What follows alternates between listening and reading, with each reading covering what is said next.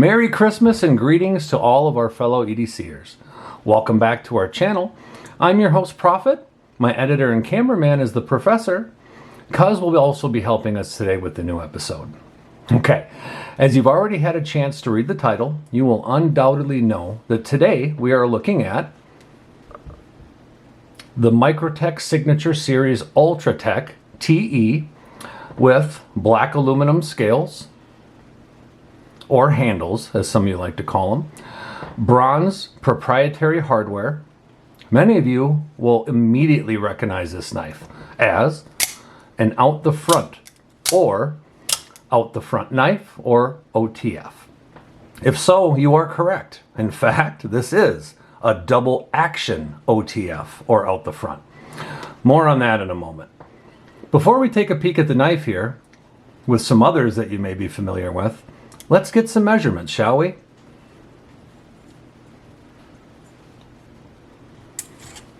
As you can see, we're coming in at about 3 1/4 inches of total blade length. Of cutting length, we're looking probably closer to, let's see here, maybe 3 1/8. Now, we also are looking at the thickness of the blade here. Let me grab my handy calipers.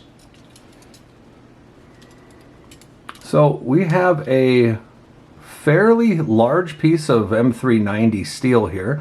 We're about 3.46 millimeters, or for you here in America, 0.136 inches, or right around 14 thou, maybe just under. All right.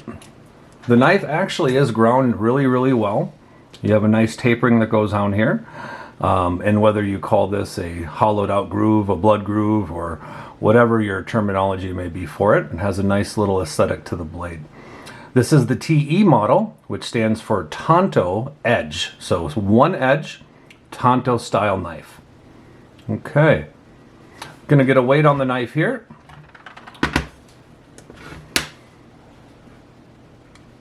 All right, we're just going to get that on here and make sure you folks can see it. Close her up for easy access here. We're right about 2.877 ounces troy, which is actually pretty darn incredible. It's actually a very light piece of equipment for what it is. All right. Now, let's put it up against some others here, okay? While you're looking at this and studying it against the Spyderco Paramilitary 3, the Spyderco Paramilitary 2, and the Malibu, we'll talk a little bit about the company. Microtech was founded, as far as I can tell, in late 1993 and early 1994 by Anthony and Susan Marfione, or Marfione, depending on how they choose to pronounce it. The first prototypes being made in Vero Beach, Florida. Over the years, of course, with a large portion of the knives and parts being made and assembled in the USA, Microtech has made an incredible name for themselves. Quality, high tolerance levels, innovation, and excellent fit and finish. If you'd like to skip to the Carrier Bury score, you can do it now. Professor will have that information on the bottom of the screen.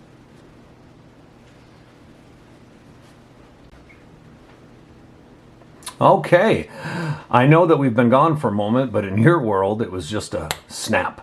As you can see, I'm putting the Microtech up against some like knives, just so you can get a better idea of the type of knife that we're looking at with other types. One of the things I would like to note out is a very, very popular knife, which is the Reate XOM, is very close to size and geometry of the Microtech. Obviously, the difference being that the Microtech is an out the front knife, and when we're dealing with the wonderful Reate here, which we'll have a video soon, it actually is what's called a gravity knife, where gravity assists the blade open and closed. We're gonna go ahead and lock this one up here, which I think is a really neat option that they have over the original. And we're gonna put that back, just so you can get a few moments to look at this. Again, with the Microtech, one of the things that I really like to mention is how hard or how soft the button push is. This one I would consider more of a hard, maybe a medium hard for some folks. If you don't really have that thumb dexterity to really push it forward, you're gonna feel the difference. I kind of like that because I know that when I'm going to take this knife out of my pocket and use it, it's going to be something that I have to actually push to go.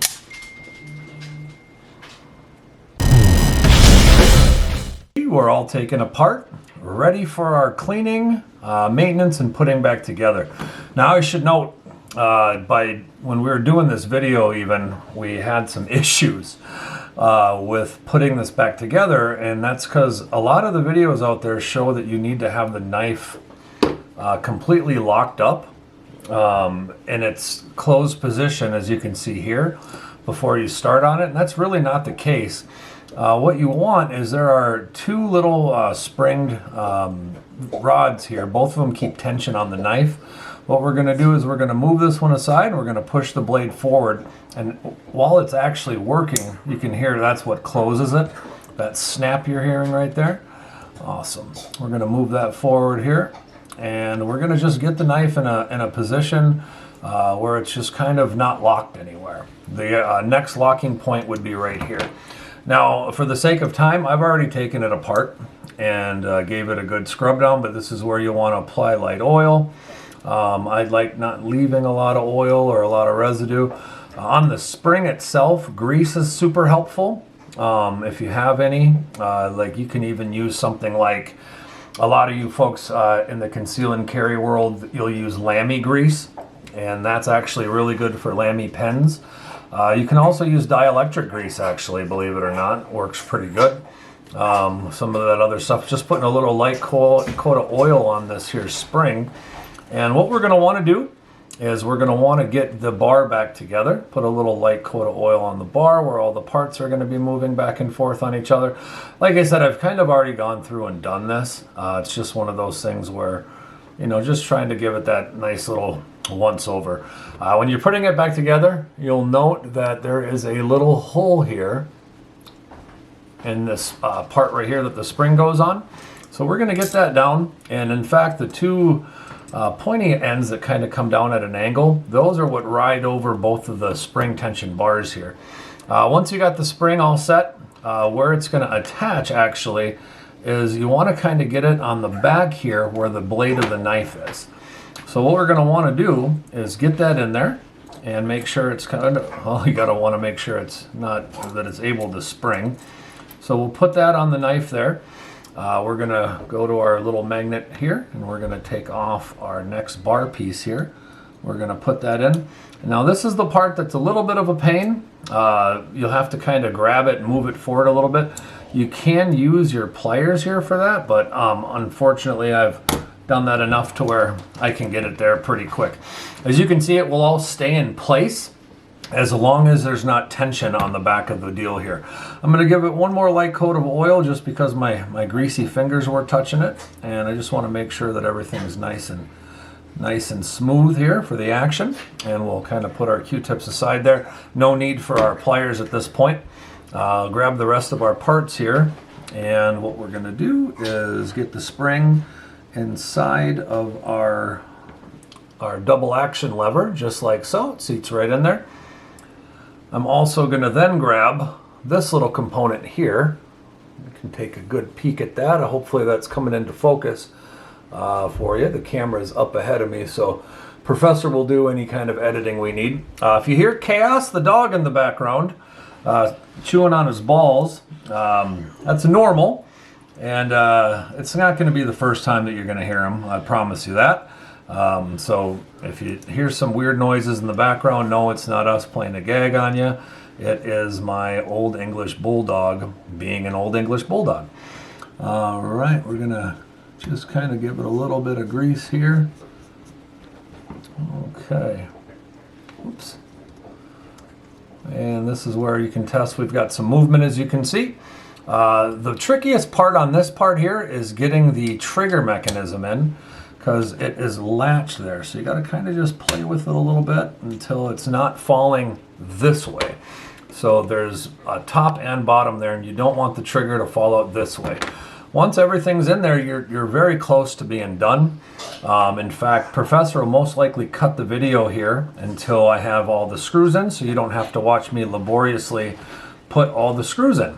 A few times taken apart for you guys. We've taken a lot of the I hate that noise. Folks, if there is a hell, the noise that I'm gonna hear constantly is my dog chewing on a ball, because I can't stand it. In fact, I mean, I love him to death, folks. I have no problem hearing it.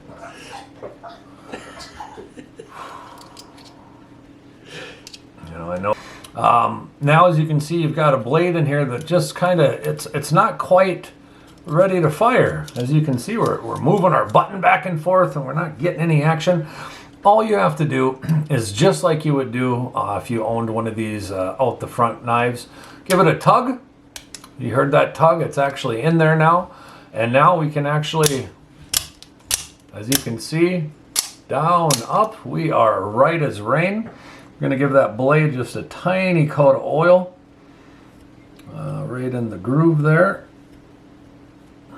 Let's see here. And being a little bit more generous than I should, just because my fingers were all over in there, I'm going to kind of give it just a little wipe down with the clean side here. Make sure we get some of that stuff off. We don't want that much oil going into her. And I'm satisfied. So what we'll do is we'll close the knife here, and we are going to be taking the next step to our video, and we're going to be talking about the needs or the nails, which ultimately will give us this scenario. Is the knife going to be buried in its glory? Are we going to close the lid on it? Or is this knife, the Microtech Signature Series, going to be proudly carried with your choice of flashlight, pocket piece, whatever else you have with you, your favorite firearm, your favorite watch? Either way, stay tuned, because we are going to finish up this video. Well, folks, if you've jumped to this part of the review from Professor putting the timestamp down, or you've been kind enough to follow through from the beginning, you'll undoubtedly like to see if this knife would be carried or buried by us. So let's start with the first 4 of each to build the suspense. How does that sound? Sounds good to the knife. We'll start with the needs. Now, number 1, the ease of carryability. This is a serious thing for me. The weight to blade cutting ratio. The deep carry clip, complete with a glass breaker. And honestly, the super sleek frame gets lost in my pocket. Number 2, now, this is USA made. Well, for the most part. Let's not get lost in what comes from overseas and what doesn't from a part standpoint. Let's just clarify that Microtech hires and employs American men and women to build, sharpen, put together these awesome tools. That's definitely worth a need. Number 3, amazing blade heat treatments. Listen, from my experience of sharpening and use, these guys really know how to get the optimal heat treatment in the days where hearing M390 isn't exactly cutting it. I'm just kidding, pun intended. The M390 that you get with Microtech is a true honed level of greatness that really puts the metal in the top tiers of what it really can do. Now, I'm really excited to see what they can do down the road with MagnaCut, don't get me wrong, but that's for another video. Number 4, as the needs up top just crank up, the way that these hold up on the secondary market definitely can't be beat. There's a reason that so many people love to buy these knives. They're great. They're great to carry, they're great to use, they're great to fidget with. Let's face it, sometimes you want that brand new knife. Prices these days aren't exactly coming down, right? Well, you can bring in your save queens. Not necessary. Grab that Microtech, send it into Microtech for a spa if you like, before selling it on the secondary market. But if you do or don't, you will still get great market value. It holds up extremely well. You may even be willing to make some extra whipped cream on top. Now, if you're one of those who take advantage of this trend that spikes sales, Boo to you.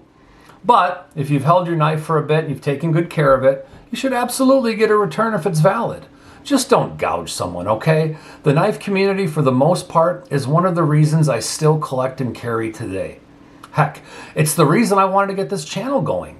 However, we need to treat each other much better this year. 2024 is going to be the year for that. With that being said, I know I've digressed a bit, right? All right, that's 4, isn't it, Professor? He's nodding his head. I think he's ready to start putting up nails to see if this is going in the coffin. The first nail, proprietary hardware. In this day and age, just use torque screws.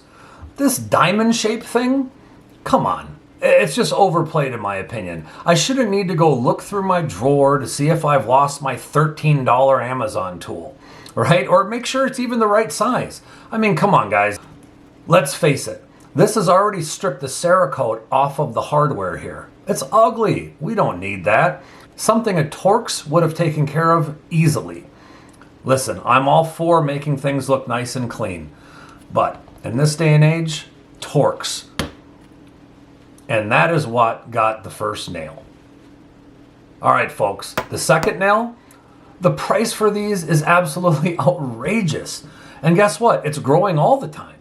I've had my eye on the newest Microtechs, right? And I've watched them go from $479 to $525 to $550 on every major site. But this hasn't been in years, mind you. It's been in 2 months. How are we supposed to save up for something when the prices go up so quickly and constantly? I mean, I get it. They're USA made, they're fantastic, but really, guys, let's think about the average user for a minute. The third nail, legal issues. Now listen, not only am I not a lawyer, I don't play one on TV. You shouldn't take any advice from me, but please check your local laws. I understand that the laws are stupid, and we're hoping to combat that with this channel as it grows. But seriously, you will find that most places you can't own or carry this knife, or even if you can own it, you can't carry it. Listen, buy these at your own risk. Make sure to check with your local legislation and read your local laws. You can always ask somebody if needed. Nail number 4. Okay, this one's going to be a little bit more personal, so forgive me. It's the illusion of exclusivity, or the fake signature series that they do. Let me explain. I bought this knife from the Apostle Pete channel. He holds a weekly knife sale right here on YouTube. Now, when I purchased this, it was supposed to be an exclusive from a retailer. But getting excited for the knife to arrive, I went out and started looking for it to just kind of look at some new pictures. I found it on a different site. It was their exclusive. They didn't even have the courtesy to change the model number. That's pretty icky to me, especially when there's so many web retailers out there. It's hard for us, the consumer, to know who has what. If I want to buy a black signature series with the bronze coated hardware, I should be able to know that only one site's going to carry this. And once that's gone, it's gone. That way it helps with the knife gaining value over time. All right, so this is what you're all waiting for, okay? Drum roll. Do we get a 5th nail in the coffin, which is going to bury this knife? Or do we get a pocket on top that says need stitched into it beautifully? Or is it like the last knife and it's just a draw? All right, I think Professor got a little carried away. You all got to see the pocket icon go up before I could even speak. Thanks, Professor. We all know this is a need. The build quality is a beautiful way, all right, for us to end this episode. These knives are tanks. I mean, you don't put a darn glass breaker on the back of this knife and expect it to not work, right? You're gonna pound it into whatever you need to, right? I mean, believe me, I've played with it. The knife is backed by a wonderful warranty. The ability to send it in at any time if there's any manufacturer or component defects, or if you just like a spa day for the knife. Now, don't go prying with this knife. That's not what it's made for. This is a tool this is a tool made for a specific job. Well, as long as you don't go screw anything up, you're going to be covered. Make sure you visit Microtech's website. That way you can understand any warranties before you go throwing it at a big tree trunk thinking that you're covered. Or modding it out with really cool non-Microtech parts inside or out. In fact, just guys, let's not go rooting around in this knife if not needed. Send it in for cleaning, send it to Apostle Pete for sharpening, and you'll find years and years of happiness with this knife. Now, I know we're a new channel, and I know we haven't got our content out very quickly. There's a lot that goes into building this channel. But we thank you for your patience as we get the kinks out of filming. With a crazy old English bulldog in the house, help us grow, and we'll all grow together.